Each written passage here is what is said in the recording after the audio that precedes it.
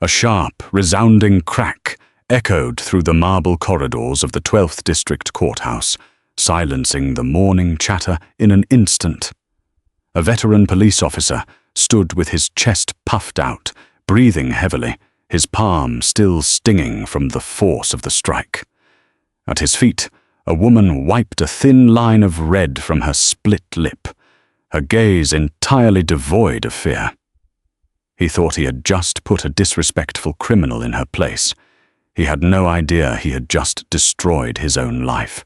Officer Rickard Dempsey had spent 15 years building a reputation on the streets of the 4th Precinct, and it wasn't one of compassion. He was a man shaped by concrete, cynical assumptions and an unchecked ego that had been fed by years of looking the other way. Among his peers, he was known as a fixer, a cop who handled the messy, uncooperative elements of the city with a heavy hand and a conveniently malfunctioning body camera. His union representative, a tired man named Greg Fowler, had made a career out of burying Dempsey's excessive force complaints under mountains of bureaucratic red tape. To Dempsey, these exonerations were not lucky breaks. They were validations. They were proof that he was the law, untouchable and absolute. The morning of Tuesday, November 14th, started like any other for Dempsey. The sky over the city was a bruised, slate-grey, threatening freezing rain. Dempsey sat in the passenger seat of his cruiser, aggressively chewing a piece of stale gum, his knuckles white as he gripped a lukewarm cup of black coffee. Next to him drove Officer Toby Miller, a 23-year-old rookie barely 6 months out of the academy. Miller was still idealistic, still believed in community policing, and still visibly flinched whenever Dempsey barked at a civilian. Dempsey despised him for it. "Pull over by the loading dock, Miller," Dempsey ordered, his voice a gravelly rasp. "I'm not walking 4 blocks in this wind because you can't parallel park." "The sergeant said we have to use the municipal lot, Rick," Miller replied hesitantly, his eyes flicking to the rearview mirror. "The loading dock is for court staff and transport only." "I am court staff. I'm the only reason these judges have anybody to prosecute," Dempsey sneered, waving a dismissive, heavy hand. "Park the damn car." They were at the 12th District Courthouse to give testimony at a preliminary hearing for a woman named Tonya Richards. 2 weeks prior, Dempsey had arrested Richards for disorderly conduct and resisting arrest outside a convenience store. The reality, which Miller had quietly witnessed but was too terrified to report, was that Richards had simply been arguing with a cashier over short-changed money. Dempsey had intervened, escalated the situation immediately, and thrown her to the pavement when she didn't move fast enough. Richards, a 30-year-old black woman of average height, had dared to look him in the eye and tell him he was out of line. Dempsey had made it his personal mission to see her locked up. As they stepped out of the cruiser, the bitter wind whipped through the concrete canyons of the courthouse district. The building itself was a looming monolith of granite and limestone, a relic of 1930s architecture designed to make every individual who entered feel small and insignificant. For Dempsey, however, it was his arena. He adjusted his duty belt, the heavy clatter of his cuffs and radio serving as his personal herald, and swaggered toward the side entrance. Inside, the courthouse was a hive of chaotic energy. Public defenders rushed through the metal detectors with overflowing briefcases, while nervous defendants sat on rigid wooden benches, clutching crumpled summons papers. The air smelled of industrial floor wax, stale cologne, and the palpable anxiety of 100 intersecting lives. Dempsey hated this part of the job. He hated the waiting, the procedural red tape, and the judges who thought they knew better than the men on the streets. He particularly despised the newly appointed judges, the ones who scrutinized police reports and asked uncomfortable questions about probable cause. There was one in particular. He couldn't remember her name, only that she was a recent transfer from the appellate division, a woman who had already dismissed 3 cases from the 4th precinct due to insufficient evidence. Dempsey hadn't been in her courtroom yet, but he had already decided he didn't respect her. "Wait here, Miller," Dempsey barked, pausing near the security checkpoint. "I'm going to grab a decent coffee from the second-floor cafeteria. If Richards's public defender shows up, tell him we aren't cutting any deals. She pleads guilty to the resisting charge, or I'll make sure the prosecutor throws the book at her." Miller nodded nervously, clutching his clipboard. Dempsey turned and pushed his way through the throngs of people, not caring who he bumped into. His mind was hyper-focused on maintaining his dominance, utterly blind to the fact that his arrogance was leading him straight toward a catastrophic collision. He checked his watch. 8:15 a.m. The hearing was at 9 a.m. He had plenty of time to assert his authority. He just needed a target. Miles away, the morning had unspooled in a completely different, yet equally frustrating manner for the Honorable Nora Montgomery. At 42, Nora was a force of nature in the legal world. Brilliant, uncompromising, and deeply devoted to the concept of blind justice. She had ascended the judicial ranks with a speed that left her older, more complacent colleagues dizzy. She was the youngest presiding judge in the 12th District, and one of the few black women to hold such a senior position in the state.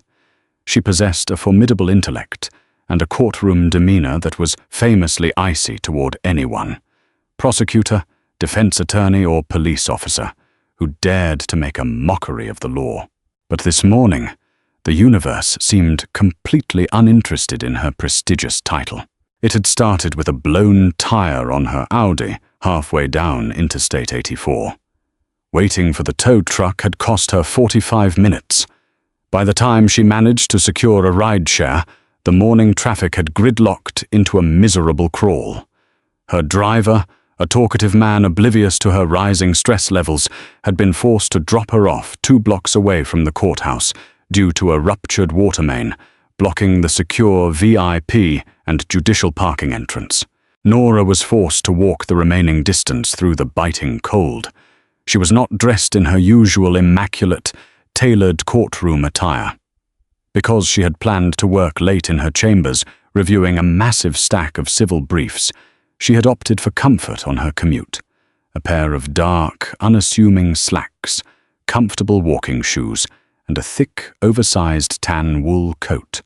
Her hair, usually styled in a sharp, elegant bob, was currently tucked under a beige scarf to protect it from the damp wind. Without her heavy black judicial robes and the elevated bench, she looked like any other tired citizen navigating the morning rush. Pushing through the heavy brass doors of the East Wing public entrance, Nora shook the chill from her shoulders. The lines for the metal detectors were agonizingly long. Because she was entering through the civilian side rather than the secure judge's tunnel, she had to wait like everyone else. She didn't pull rank. She never did. She quietly placed her leather tote bag on the X-ray conveyor belt, walked through the scanner, and retrieved her belongings with a polite nod to the overwhelmed security guard, who didn't recognize her without her usual security detail. Nora checked her phone. It was 8:20 a.m. She had 40 minutes before she had to take the bench in courtroom 302 for a crowded morning docket. She needed to get to the 3rd floor, unlock her chambers, change into her robes, and review the final notes on her first case, a preliminary hearing for a woman named Tonya Richards. Nora had already read the arresting officer's report the night before, and her sharp legal mind had caught several glaring inconsistencies in the narrative regarding the use of force. She was looking forward to questioning the officer. Bypassing the crowded elevators, Nora decided to take the rear stairwell. She climbed to the 3rd floor, emerging into a long, relatively quiet corridor that connected the public galleries to the restricted administrative wing. The hallway was lined with tall, frosted glass windows and flanked by heavy oak doors. It was a liminal space, caught between the chaos of the public areas and the solemn silence of the courtrooms. Nora stopped for a moment near a large corkboard, displaying the day's docket schedules, digging through her leather tote to find her heavy brass ring of administrative keys. Her back was turned to the main corridor. She was completely absorbed in untangling her keys from a stray charging cable. Down the hall, Rickard Dempsey stepped out of the stairwell, a steaming cup of cafeteria coffee in his hand. He was irritated. The line had been long, the cashier had been slow, and he was already dreading the hours of sitting on a hard wooden bench, waiting for the judge to call his case. As he walked down the corridor, his eyes locked onto the figure standing 50 feet away. Dempsey's mind, constantly operating on a toxic cocktail of bias, assumption, and superiority, instantly misfired. He saw a black woman, roughly 30 to 40 years old, wearing a tan coat. His brain didn't process the high-quality leather of her bag, the impeccable posture, or the sheer geographic location of where she was standing, inches from the restricted judicial chambers. His brain only processed one thought. Tonya Richards, the defendant, the woman who had embarrassed him on the street by talking back, the woman who was supposed to be waiting downstairs in the gallery or in holding, not wandering around the restricted upper floors. Dempsey felt a familiar, ugly surge of adrenaline. This was exactly the excuse he needed to assert his dominance before the hearing even began. He would show her that the courthouse was his territory, not hers.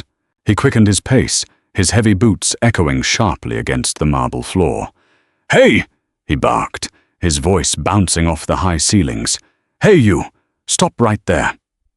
Nora, finally freeing her keys, heard the shout, but did not immediately register that it was directed at her. She assumed it was a bailiff corralling a lost witness. She turned slightly, looking over her shoulder to see a large, aggressive-looking police officer storming toward her. His face flushed with unwarranted anger. "Are you deaf?" Dempsey snapped, closing the distance between them in seconds. He stopped a mere 2 feet from her, invading her personal space, his physical presence looming and oppressive. "I said stop." Nora turned fully around, her expression perfectly composed, though her dark eyes narrowed slightly at the blatant disrespect. She took in the officer's appearance, the slightly unkempt uniform, the nameplate that read Dempsey, and the hostile, unblinking glare. "May I help you, Officer Dempsey?" Nora asked. Her voice was calm, modulated, and carried the innate authority of a woman who commanded rooms for a living. Dempsey scoffed, taking a sip of his coffee, a cruel smirk playing on his lips. "You can drop the polite act, Richards. It didn't work on the street, and it's not going to work here. What the hell are you doing on the 3rd floor? This area is restricted for court personnel. You think because you're here for a hearing, you can just wander around casing the joint?" Nora stared at him. For a fraction of a second, genuine confusion crossed her face, quickly replaced by a cold, crystalline realization. He had no idea who she was. He had profiled her, completely and instantly, confusing her with the very defendant whose case she was about to hear. A lesser person might have immediately shouted their title, demanding respect and threatening his badge. But Nora Montgomery was a student of human behavior. She was deeply fascinated and horrified by the unfiltered reality of how this officer treated civilians when he thought no one of consequence was watching. This was a rare, unvarnished look at the reality her defendants faced every day on the streets. She decided to let him dig his grave a little deeper. "I believe you are mistaken, officer," Nora said evenly, not moving an inch. "I have every right to be in this hallway. I suggest you lower your voice and step back." Dempsey's eyes widened, not with realization, but with explosive indignation. In his 15 years on the force, a suspect had never spoken to him with such calm, unshakable defiance, especially not after he had already put them in cuffs once. The fact that this woman, whom he fully believed to be a low-level offender, was looking at him as if he were the one out of line, felt like a physical blow to his ego. "You suggest I step back?" Dempsey sneered, his voice dropping into a low, dangerous register. He casually tossed his half-empty coffee cup into a nearby trash can, freeing up his hands. He took another step forward, closing the distance until he was towering over her. "Let me explain how this works, Richards. You don't give suggestions. You don't give orders. You are a criminal waiting for a judge to decide if you get to sleep in your own bed tonight. Now, you are going to turn around, put your hands behind your back, and I am going to escort you to the holding cell downstairs where you belong." Nora's posture remained perfectly rigid. Her heartbeat was steady, anchored by decades of ironclad discipline. "You have no probable cause to detain me, officer. I am not causing a disturbance. I have broken no laws. And I am telling you for the final time that you have mistaken my identity. If you lay a hand on me, the consequences will be severe, and they will be permanent." The absolute certainty in her voice should have been a massive red flag. The eloquent vocabulary, the unwavering eye contact, the complete lack of physical fear. None of it matched the profile of a frightened civilian or an erratic repeat offender. But Dempsey was entirely blinded by the red mist of his own arrogance. He didn't hear a legal warning. He heard a challenge to his authority. "You think you're smart?" Dempsey hissed, his face inches from hers, his breath smelling of stale coffee and nicotine. "You think you can play games with me in my own courthouse?" "This courthouse belongs to the people, Officer Dempsey," Nora replied, her voice dropping to a whisper that cut like a diamond. "And you are currently disgracing it. Step back." Something inside Dempsey snapped. The last shred of his professional restraint disintegrated, burned away by the fury of being defied by a black woman he perceived as entirely beneath him. He reached out with his left hand, his thick fingers grabbing roughly at the lapel of Nora's tan wool coat, yanking her forward. Nora did not flinch, but her eyes went dark, dangerous, and incredibly cold. "Take your hand off me," she commanded, the full weight of the bench behind her words. "Shut your mouth," Dempsey roared. With his right hand, fueled by 15 years of unchecked aggression and a total certainty of his own immunity, Rickard Dempsey brought his palm back and slapped Nora Montgomery squarely across the face. The sound was horrifying. It was a sharp, wet crack that echoed violently down the long, empty corridor, bouncing off the frosted glass and the marble floors. The sheer kinetic force of the blow snapped Nora's head to the side. The impact knocked her heavy brass ring of keys from her grip, sending them clattering loudly onto the polished stone floor. For a span of 3 seconds, the hallway was dead, suspended in a vacuum of silence. Dempsey stood there, his chest heaving, his palm burning, a triumphant sneer beginning to form on his lips. He expected her to cower. He expected tears, apologies, or at least the satisfying sight of a broken spirit. Nora did not fall. She stumbled back a half step, her hand coming up to touch the corner of her mouth. When she pulled her fingers away, there was a small smear of red. Her lip was split. She slowly turned her head back to face him. There were no tears in her eyes. There was only a terrifying, absolute stillness. A storm of biblical proportions was gathering behind her dark eyes, a cold fury that promised total annihilation. Before Dempsey could open his mouth to bark another order, the heavy oak doors of courtroom 302, located directly behind Nora, swung open with a loud groan of hinges. Out stepped William Bill O'Connor, a veteran court bailiff with 30 years of service. Bill was a massive, burly man with silver hair and a usually jovial demeanor. He had heard the shout and the unmistakable sound of a physical strike through the heavy wood. His hand was already resting instinctively on the butt of his service weapon as he scanned the hallway to assess the threat. Bill's eyes landed on Officer Dempsey, whose hand was still partially raised, and then shifted to the woman standing in front of him, dabbing blood from her lip. The color instantly drained from Bill O'Connor's face. His jaw went slack, his eyes widening in absolute, unadulterated horror. The air in the hallway seemed to drop 10 degrees. Bill completely ignored Dempsey. He rushed forward, his hands outstretched, his voice trembling with a mixture of profound shock and deep, deferential panic. "Judge Montgomery," Bill gasped, his voice cracking as it echoed down the silent corridor. "Your Honor! My God, are you all right?" The words hit Rickard Dempsey like a freight train loaded with lead. "Judge Montgomery, Your Honor." Dempsey's triumphant sneer vanished, replaced by a sudden, sickening paralysis. His brain desperately tried to reject the audio input. He blinked, looking from the towering, panicked bailiff to the woman in the tan coat. Nora slowly lowered her hand from her bleeding lip. She looked at Bill, giving him a curt, reassuring nod before turning her gaze back to Dempsey. The look she gave the officer was one of absolute, terrifying sovereign power. "I am fine, William," Nora said, her voice echoing with a chilling, perfectly controlled calm. She did not take her eyes off Dempsey.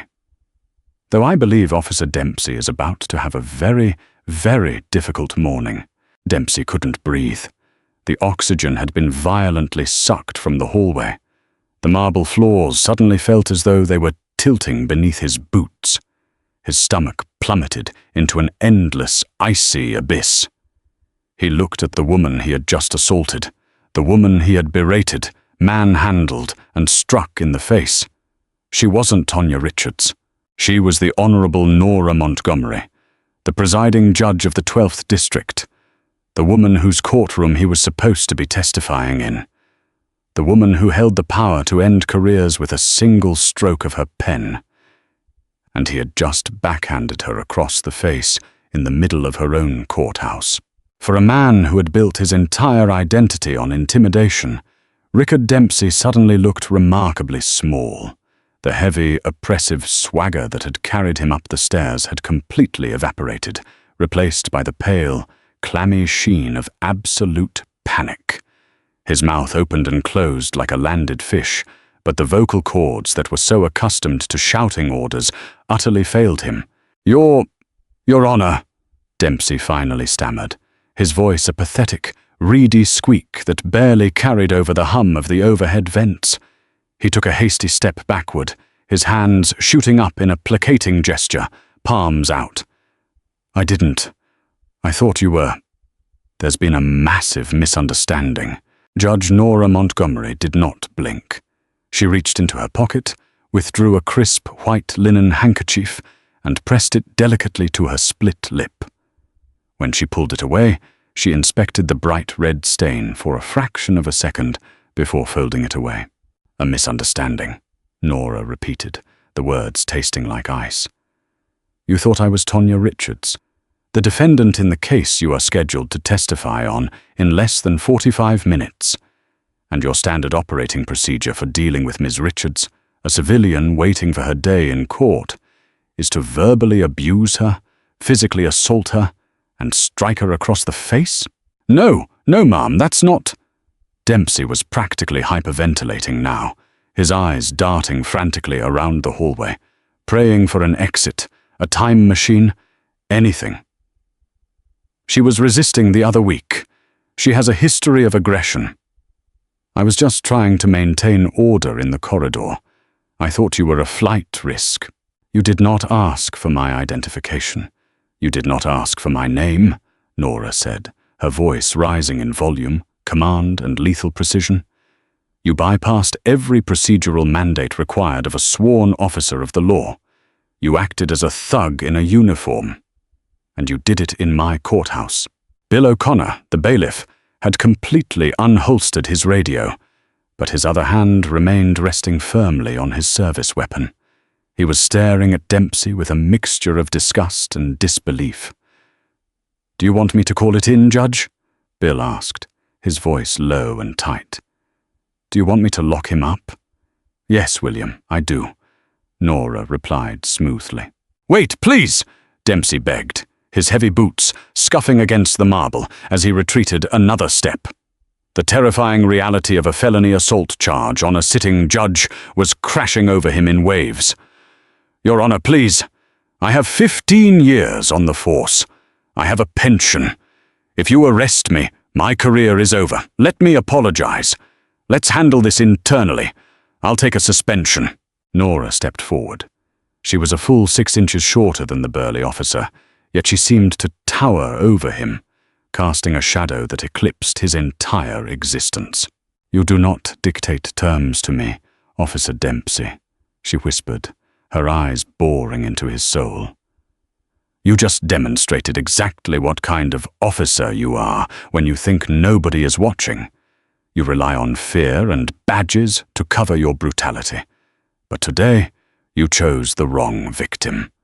William, place Officer Dempsey under arrest for assaulting a public official, battery, and violating the sacred grounds of this courthouse." "Turn around, Dempsey," Bill growled, stepping forward and unhooking his heavy steel handcuffs from his belt. For a brief, terrifying second, Dempsey's street instincts kicked in. His shoulders tensed, his hands balling into fists. He had never been arrested. He was the one who put people in cages. The idea of surrendering his hands behind his back sent a wild, animalistic jolt of adrenaline through his system. Bill saw the shift in posture and instantly drew his taser, aiming the red laser dot squarely at Dempsey's chest. "Don't even think about it, Rick. I will drop you right here on the marble, and I will enjoy doing it. Hands behind your back. Now." The fight drained out of Dempsey as quickly as it had surged. He slowly turned around, dropping his head in utter defeat. The ratcheting click of the handcuffs echoing in the silent hallway sounded like the slamming of a vault door on his life. Rid him his rights, process him in the basement holding cells, and ensure he is kept entirely separate from the general population, Nora instructed calmly. She turned to pick up her fallen keys. "Notify the Chief of Police and District Attorney Sarah Harding immediately. I want them both in my chambers by 10 o'clock. "Yes, Your Honor," Bill said, securing the cuffs tightly around Dempsey's thick wrists. "Are you going to need medical attention?" Nora touched her swollen lip again. The physical pain was sharp, but the clarity it provided was sharper. "I will manage, William. I have a docket to call." 10 minutes later, the doors to courtroom 302 swung open. The gallery was packed with anxious defendants, tired public defenders, and restless police officers waiting to testify. Among them sat Rookie Officer Toby Miller, nervously checking his watch, wondering where Dempsey had gone. Sitting 2 rows ahead of him was Tonya Richards, looking terrified, clutching her cheap purse to her chest as she awaited the officer she knew would lie under oath to ruin her life. The court clerk, a sharp-eyed woman named Brenda, banged her gavel. "All rise. The 12th District Court is now in session. The Honorable Judge Nora Montgomery presiding." The room stood in unison. From the heavy oak doors behind the bench, Nora emerged. She had changed into her flowing black judicial robes, but she had made no attempt to conceal her face. Her left cheek was red and slightly bruised, and her lower lip was visibly swollen, carrying a dark, fresh cut. A collective murmur rippled through the courtroom. Lawyers exchanged bewildered glances. Toby Miller frowned, leaning forward in his seat. Nora took her seat at the elevated mahogany bench, her posture regal and uncompromising. She arranged her files, adjusted her microphone, and looked out over the crowded gallery. The silence that fell over the room was absolute, pregnant with an unspoken tension. "Good morning," Nora said, her voice carrying a slight, painful lisp from the swelling, yet resonating with absolute authority. "We have a full docket today. But before we begin, I am making an administrative change. Call the case of the state versus Tonya Richards." Tonya flinched, standing up slowly alongside her exhausted public defender. Toby Miller also stood up, grabbing his clipboard, his heart pounding. "Where was Dempsey? Is the arresting officer present?" Nora asked, her gaze locking on to the young rookie. Officer Toby Miller, Your Honor," Toby stammered, stepping up to the wooden partition. "My partner, Officer Dempsey, is the primary arresting officer. He was just here, Your Honor. I don't know where he went." "I know exactly where Officer Dempsey is, Officer Miller," Nora said, her voice dropping the temperature in the room by 10 degrees. "He is currently sitting in a holding cell in the basement of this building, having just been arrested for felony assault." A collective gasp echoed through the courtroom. Tonya Richards' eyes widened in shock.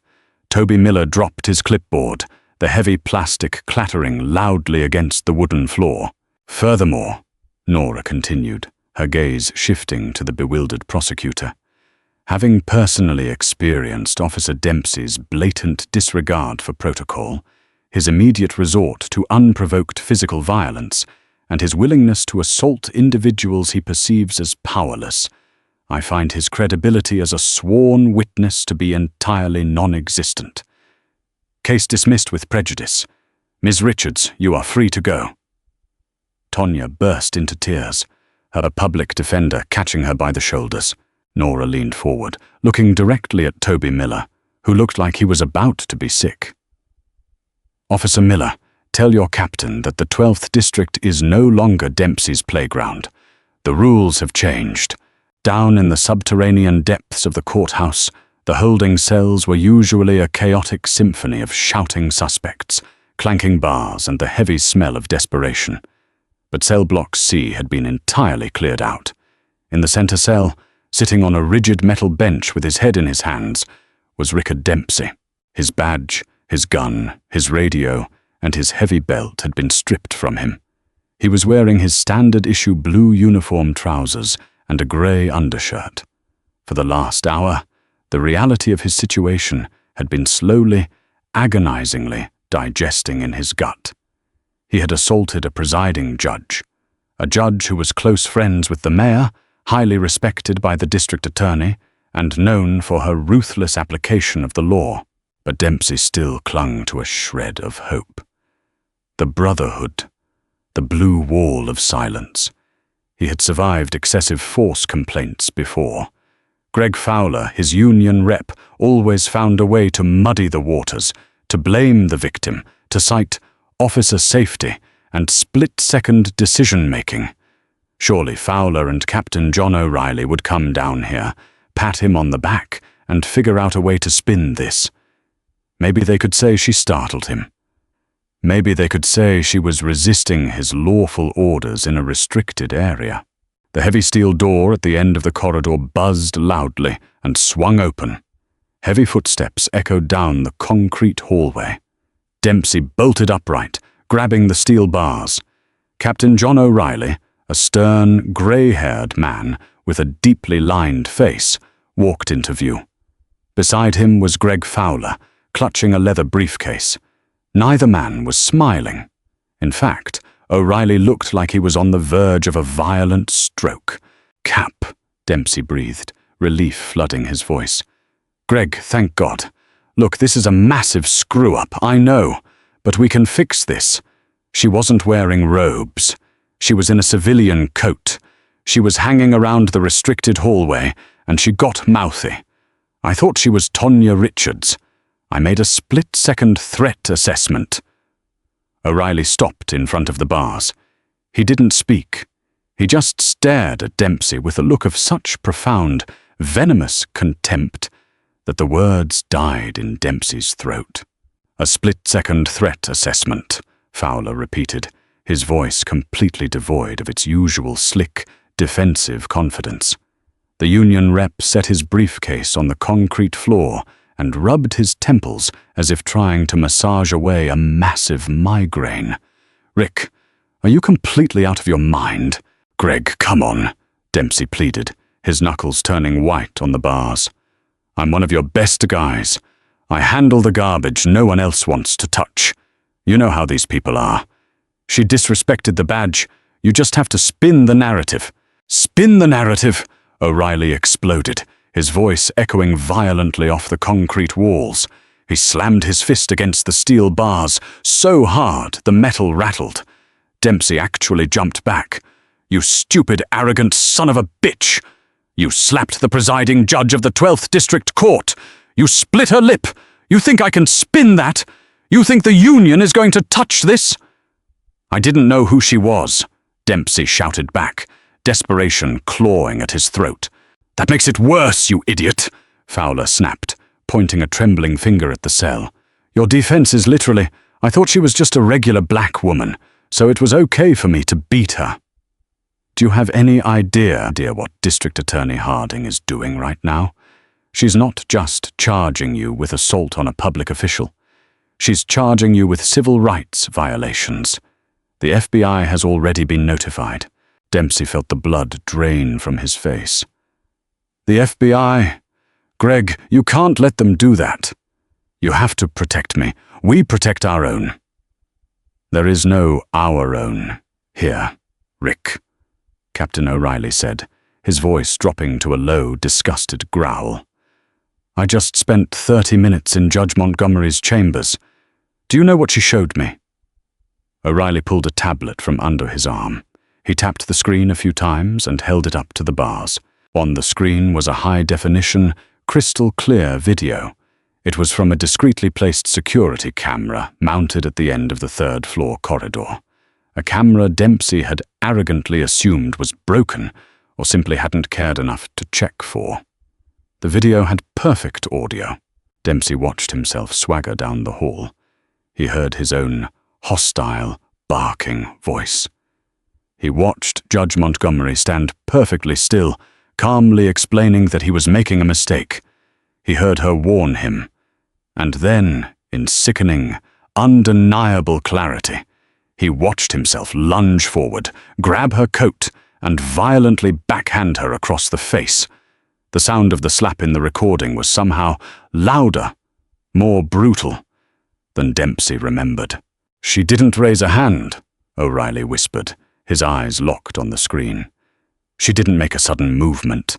She didn't pose a threat. You assaulted a woman because her existence irritated you."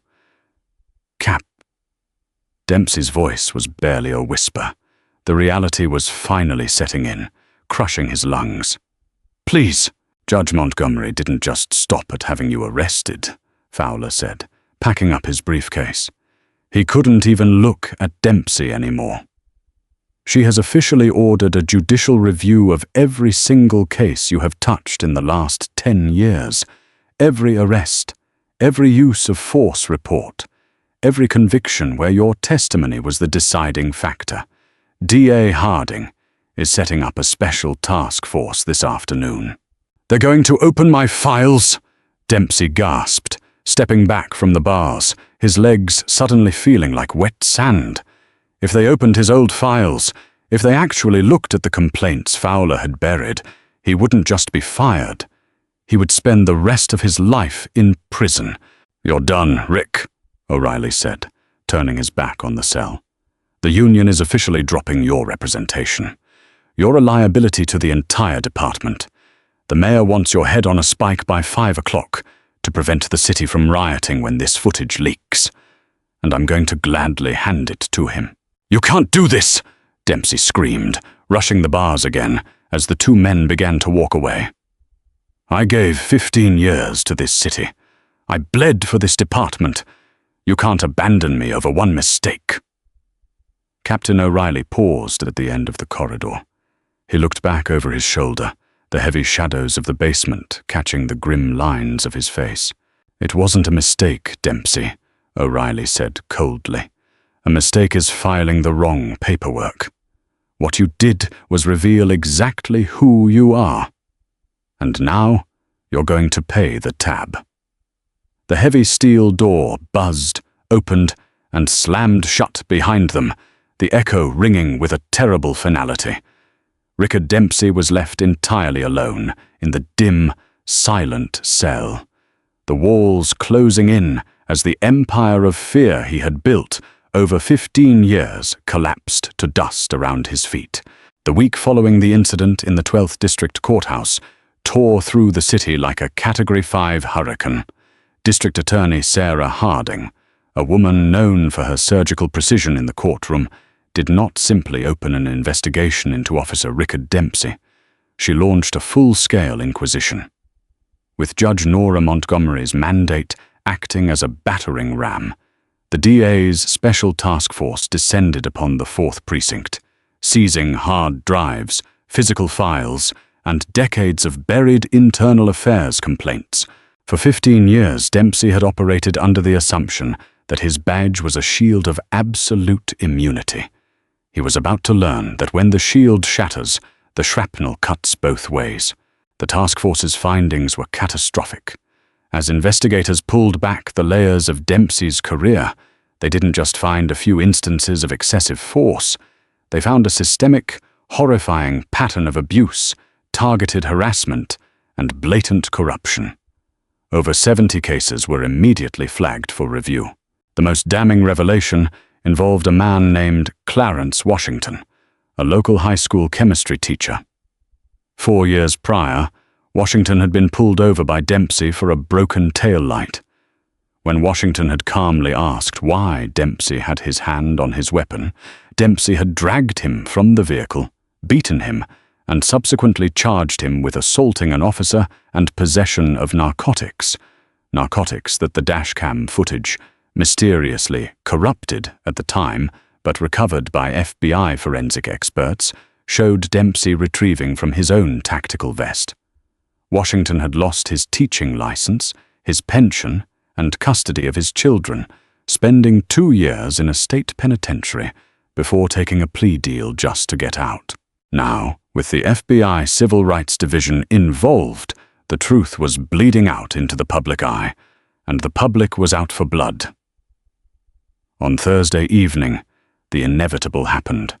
The high-definition security footage of Dempsey striking Judge Montgomery was leaked to a major national news network. The video played on an endless, agonizing loop across every television screen, smartphone, and social media feed in the country. It was the unfiltered brutality of the act, the way Dempsey swaggered, the sheer venom in his voice, and the sickening crack of his hand against the face of a perfectly calm, compliant woman, that ignited a firestorm. Protests erupted outside the 4th Precinct. The mayor held an emergency press conference, practically shouting his denunciation of Dempsey to salvage his own political career. Sitting in his living room, out on a massive bail bond that had completely drained his life savings and a second mortgage on his home, Dempsey watched his entire existence disintegrate on live television. His union representative, Greg Fowler, appeared on a prime-time news broadcast. Fowler looked into the camera, his face a mask of practiced somberness. "The union unequivocally condemns the actions of Rickard Dempsey," Fowler stated, not even granting him the title of officer. "His behavior does not represent the brave men and women of this department. We have completely severed our ties with him and will not be funding his legal defense." Dempsey threw his television remote against the wall, shattering it into pieces. He was entirely alone. His wife, unable to bear the media circus, parked on their front lawn, and, disgusted by the footage she had seen, had packed her bags and taken their 2 teenage daughters to her sister's house in another state. She left her wedding ring on the kitchen counter next to a business card for a divorce attorney. But the final, fatal blow to Dempsey's freedom came from the most unlikely source. The following Monday, Rookie Officer Toby Miller walked into District Attorney Harding's office. Miller looked exhausted, having not slept in days, but his jaw was set with a new, uncompromising resolve. He didn't come empty-handed. He dropped a thick, leather-bound notebook onto the DA's mahogany desk. "What is this, Officer Miller?" Harding asked, raising an eyebrow. "It's everything," Miller said, his voice shaking slightly but holding firm. Every time he turned off his body cam. Every time he instructed me to lie on a report. Every time he planted a drop weapon or escalated a situation just so he could crack a skull. I wrote down the dates, the times, and the case numbers. I was too much of a coward to stop him then. But I'm not going to protect him now. Miller's testimony was the linchpin. It provided the exact dates and times needed to corroborate the physical evidence the FBI was pulling from the archives. It proved beyond a shadow of a doubt that Dempsey's assault on Judge Montgomery was not a tragic mistake or a split-second lapse in judgment, but the arrogant climax of a career built entirely on terrorizing those he believed had no voice. Rickard Dempsey was rearrested the next morning. This time, the charges included 13 counts of civil rights violations, perjury, tampering with evidence, and aggravated assault under color of law. Because of the federal nature of the civil rights charges, his state bail was revoked. The fixer of the 4th Precinct was placed in a federal holding facility, wearing a bright orange jumpsuit, completely stripped of his power, his pension, and his pride. 8 months later, the federal courthouse downtown was surrounded by a sea of news vans, barricades, and heavily armed marshals. The trial of the United States versus Rickard Dempsey had captivated the nation. It was not just a trial of one rogue cop. It was a public reckoning for a system that had allowed a monster to hide behind a badge for a decade and a half. Inside the courtroom, the atmosphere was suffocatingly tense. Rickard Dempsey sat at the defense table, and the transformation was shocking. He looked as though he had aged 10 years. His skin was sallow, his imposing posture had collapsed into a perpetual, defeated slump, and his hair had thinned significantly. He wore an ill-fitting grey suit, provided by his court-appointed public defender, Simon Gallagher, a weary lawyer who knew he was fighting a completely unwinnable war. Dempsey had no money left for high-priced defense attorneys. The gallery was packed to absolute capacity. Sitting in the second row, dressed in a sharp blazer, was Tonya Richards. She had filed a massive civil rights lawsuit against the city, but today she was just there to watch. Down the aisle sat Clarence Washington, the former teacher, holding his wife's hand.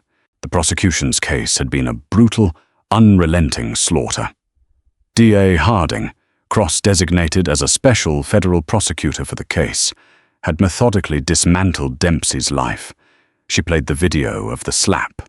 She brought Toby Miller to the stand, who looked Dempsey in the eye and detailed years of corruption. She brought Clarence Washington to the stand, reducing the jury to tears as he described the night his life was ruined over a broken taillight. But the absolute climax of the trial came on the 4th day, when the prosecution called their star witness.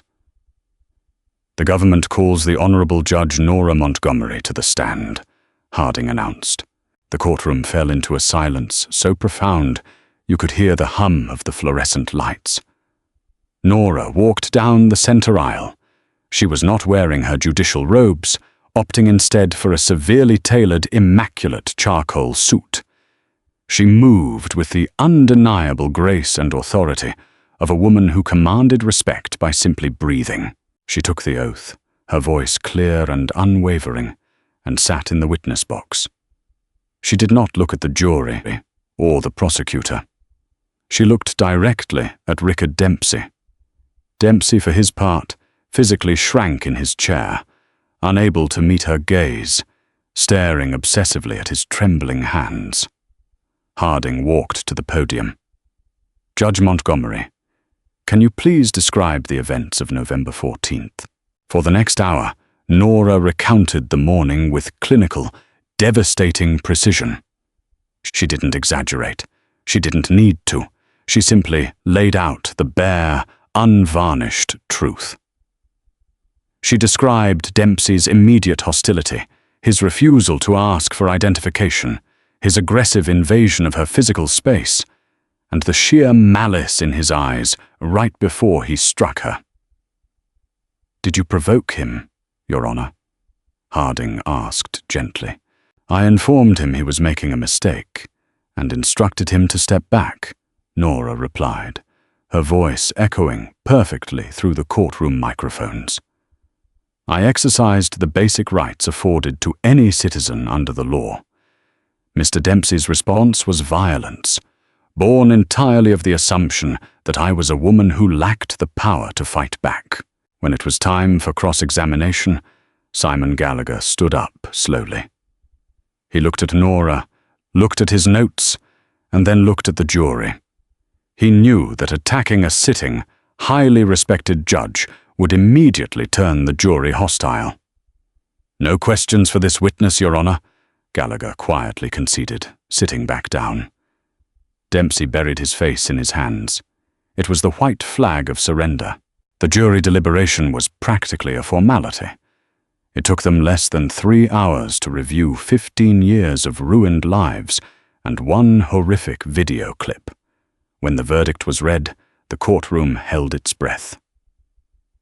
On the count of aggravated assault under color of law, guilty. On the count of deprivation of rights under color of law, guilty. On the count of witness tampering, guilty. On the count of perjury, guilty. The foreperson read through 14 separate charges. 14 times the word guilty struck Dempsey like a physical blow. He didn't cry. He was entirely hollowed out, staring blankly ahead as the reality of his new life finally settled over him like a concrete shroud. Judge William Carter, a stern federal judge with zero tolerance for police corruption, did not delay sentencing. He looked down from the bench, his expression entirely devoid of pity. "Rickard Dempsey, you were given the sacred trust of protecting the public," Judge Carter said, his voice ringing with absolute finality. "Instead, you operated as a predator. You used the authority of the state to brutalize the vulnerable, to ruin innocent lives, and to feed your own grotesque ego. You struck a colleague of mine not because she was a threat, but because you thought she was a citizen who couldn't defend herself. It is the judgment of this court that you serve a total of 240 months, 20 years, in a maximum security federal penitentiary, without the possibility of early parole." A collective gasp of relief and vindication swept through the gallery. Tonya Richards squeezed her eyes shut, a single tear of pure relief tracking down her cheek. Clarence Washington hugged his wife tightly. "Bailiff, remand the prisoner into custody," Judge Carter ordered, slamming his gavel. 2 massive federal marshals approached the defense table. They grabbed Dempsey by his arms, hauling him to his feet. One of the marshals unhooked a heavy pair of steel handcuffs from his belt. "Hands behind your back, Dempsey," the marshal commanded. Dempsey slowly turned around. As the cold steel ratcheted tightly around his wrists, the exact same sound he had used to terrorize thousands of people, he looked up into the gallery. He made eye contact with Tonya Richards. She wasn't shrinking away. She was standing tall, looking at him with a mixture of pity and absolute triumph. Rickard Dempsey was led out of the courtroom, shuffling in his cheap suit, completely stripped of his dignity, his power, and his freedom. He was no longer a cop.